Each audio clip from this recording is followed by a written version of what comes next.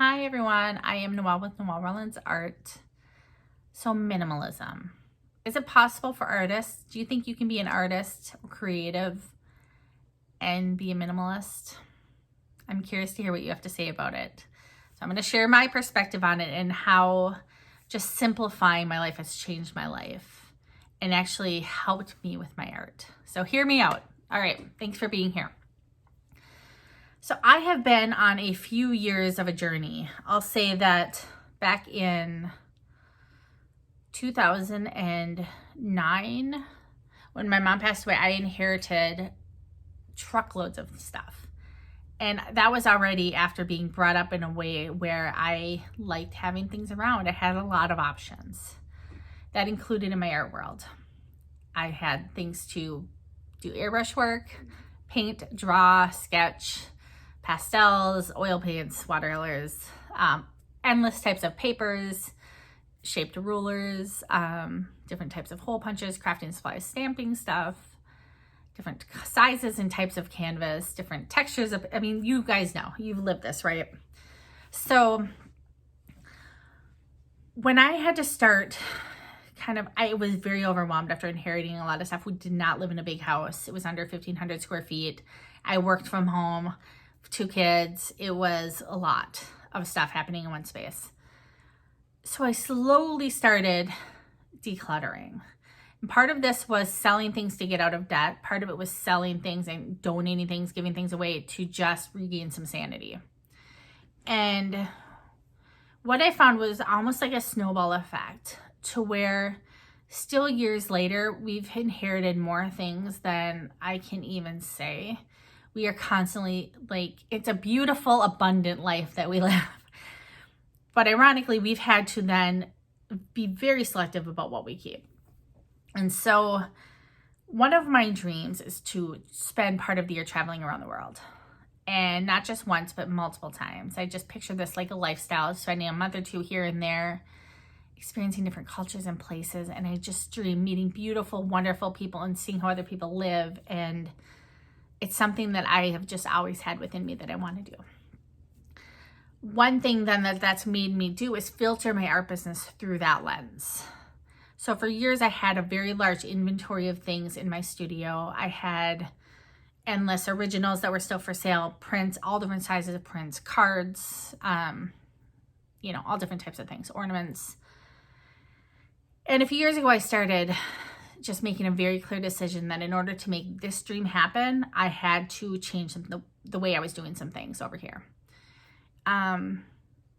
So I started doing a few different times where I do sales or events to where I started selling off a lot of the prints and different things that I was having in my studio. I was very open about why I was doing this. Friends, I'm changing the way that I'm doing things. I no longer have the space available for me to store these things, so I'm giving you a really great deal, things like that.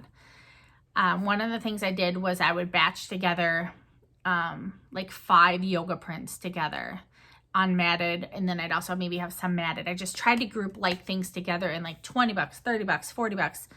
I did an online live event where people could write in the comments sold and claim different things, and that helped me clear out a ton of space. I donated a ton of supplies to other artists, to local charities. I donated a lot of artwork to a few charities where they could auction it off and use that for really beautiful work that they're doing. And so that process, while it's been years in the making, it's helped me tremendously to where I'm getting closer. This past year, we decided to up our game and we probably got rid of about half of our things in our home. I was sick of spending my time cleaning. I was sick of spending my energy just moving things around and constantly having to change focuses because I had to, sort another closet to fit one more thing. And I was just so sick of it. And I was realizing it was robbing me of my creative energy. I had nothing left to give in that area because I was so bogged down up here of just this mental toll that it took maintaining all of these things and things that when I got really real, I didn't even care about. I've had a house flood before. I've had a storage rental, unit. Like we moved stuff in when it was raining, and then we didn't touch the stuff for 2 years and went to go back and all of it was moldy. I've gone through like many times in my life where things have been ruined and I've had to just let them go. And it was very freeing. So I had to just connect to that part of myself that knew I'd be okay. So we had a massive sale. I've sold a ton of stuff on eBay and Craigslist and Facebook groups and cleared out a ton of stuff. Even within our garage sale, I sold a ton of art supplies and things I was no longer needing and just cleared them out. And I have to admit, to do that, it's not the easiest on your ego.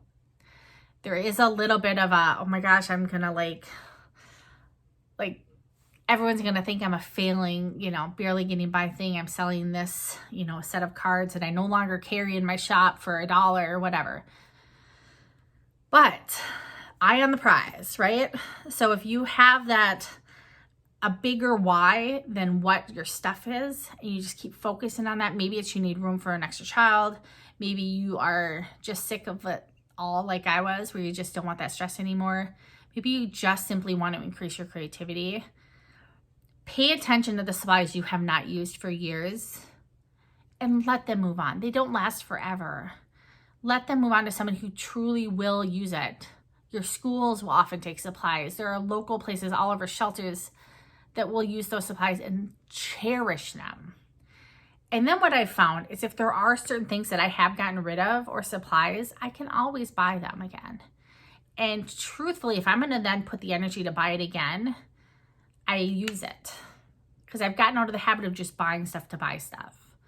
So it was just this really neat, energetic thing that happened as I cleared stuff out. The stuff that was left, I have more focus on. I can really keep track now of what I have. And I still have, a little bit of ways to go. I'm mostly there. And then I will tell you, energetically, it's the craziest thing that happens. But I'll be going through my studio and rearranging, and I'll hold the print and I'll look at it and I'll think, oh, I wonder what I should do with this. And it's like I put that energy into the universe. And it has happened more times than I can count when I'm holding that. And within a day or two, that piece sells. Something that's been sitting maybe for a year in my studio. And it's like I put that intention on it and something happened with it. So I can't explain it, but I swear it happens. Another side benefit of simplifying has just been stress load has gone down. Like I said, mental clutter has improved greatly. I have more workspace now. Things are not overflowing everywhere, so I can actually do more work with the things that I have. I got really clear, and it just forced me to do a little bit of mental work ahead of time to actually decide. And sometimes indecision is just a creativity killer, and it just leaves us stuck. And I just got to where I was sick of it. I'm sick of sitting in the same spot spinning my wheels. I'm sick of looking at all of this. I'm sick of feeling like I'm in the same place. Something's changing and I'm ready to move on. I'm ready to move forward. I'm ready to grow my business. I'm ready to be super intentional. I am ready to attract more buyers for the work that I am holding on to keep selling. And that gives me more energy than to pour into those specific areas and write better descriptions, work on my SEO for those, make sure my photos are what they need to be. And then even trying to leave a little bit of a gap of emptiness, which is, let's admit, not easy. But when you leave that openness or a little time in your day that's not planned, there's magic in the possibilities of what could be. I've had it to where suddenly I'll get an email about a licensing opportunity. And I'm so grateful that I then have time to look into that. Or another client will come and I get to just brainstorm and think through what I want to do with that. Or even going to the river and playing with the kids. Just freeing myself up from the never-ending, just bogged downness feeling. So I believe you can be a minimalist and be an artist. I highly, highly recommend if you're feeling overwhelmed. I used to think that all of that was just the way that artists had to be and that it actually led to more creativity. And I truthfully have found the opposite to be true. Very, very rarely, maybe 1 or 2 times in the last few years, have I regretted getting rid of anything.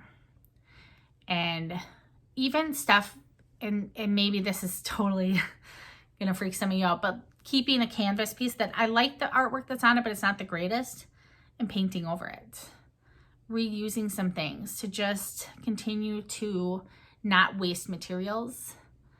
And this is not just a mindset thing, even though that's a big part of it. It's an environmental thing, let's be honest, of just respecting what we bring into our homes or our studios and not just being wasteful.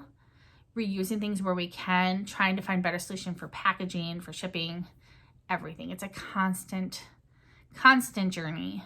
But there are little things we can do that just we know we're doing better, and we feel good about it, and our mindset is healthier from it. So share with me if you've done any of these things. Have you simplified it all? Have you had success in narrowing your focus or getting rid of some of your extra supplies? Do you have good resources for places we can donate supplies to, or artwork for auctioning, and for nonprofits? Let us all know. I can't wait to hear what you guys have to say about it. So, all right. Thanks for being here, you guys. All right. Bye.